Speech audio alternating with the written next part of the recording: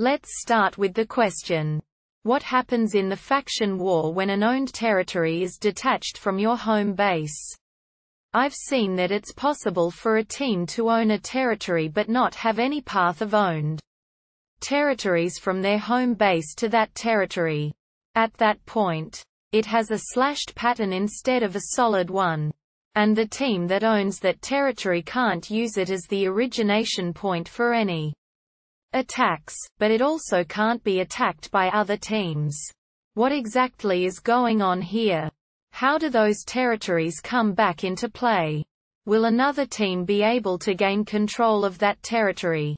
Is it strategically good or bad to have territories like this for your team? So how can we solve this? There's one possible answer. Answer 1. These zones are completely out of action, you can't attack from or to them.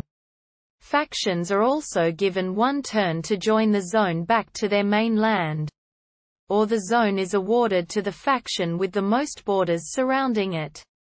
You can use this mechanic so you can focus war assets on less zones, and get a positive outcome. A longer explanation: Ubisoft has an online view for the faction map, which has a history of the seasons. All the following turns are based on Season 1 Turn 1, as it's yet to be completed as of writing this. Following are some occurrences of this happening, turns 1 to 3. On Turn 1 the Knights and Vikings swapped a tile. On Turn 2 both these zones were grey zebra striped out. The Knights attacked, and took, the Viking zone next to it. On Turn 3 both the zone they'd attacked, and the separated Viking zone were given to the Knights. Turns 3 to 4. On Turn 3 the Knights and Vikings swapped zones. The Vikings was not connected to the main land, but the Knights was. This meant the Vikings was fully surrounded by Knights' main land. On Turn 4 the Vikings took an adjacent zone and connected it to their main land. Turns 5 to 7. On Turn 5 the Knights took a Viking zone, but the Samurai cut the zone off.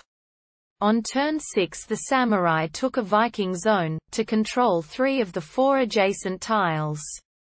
On Turn 7 the Samurais were awarded the zone. And so we can guess at the basic functionality of this. But there may be a couple of edge cases that we've not seen, and I've not guessed. How do those territories come back into play? Will another team be able to gain control of that territory? Either a faction rejoins it to their main land, or they are awarded to the faction with the most zones around it. After being out of play for one turn, is it strategically good or bad to have territories like this for your team? I'd say it's good, if the faction knows what it's doing. Take Turn 9. And ignoring Turn 10, the Knights surrounded 3 of the Samurai's zones. On this turn they could have taken all 3 of the Samurai's zones by focusing on just 4 zones.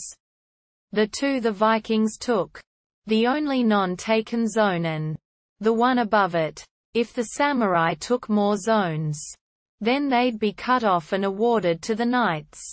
Due to this mechanic, and it's easier to bulk up 4 zones rather than focus on 9. The Samurai on the other hand only needed to focus on 3 zones to gain 1 zone in the long run. Of the 3 zones that were surrounded by Knights, if they'd had given up on the one closet, the Knights' base protected the other 2 of the 3 and taken the single zone below the closest to the Knights' base. Then they could have taken the 2 zones below their line, and lost the one that was cut off, ending in +1 territory. Only focusing on 3 of the 9 zones. Both these examples are ignoring Turn 10. But I think the faction would have to protect the core zones for another turn. And so the Samurai probably should have won. This didn't happen however. The Samurai took some of the Knights' zones. And Auto lost everything the round after. * We don't know how this works if there are even territories around the zone. I hope this answer helped, and if it did, please drop a comment and subscribe.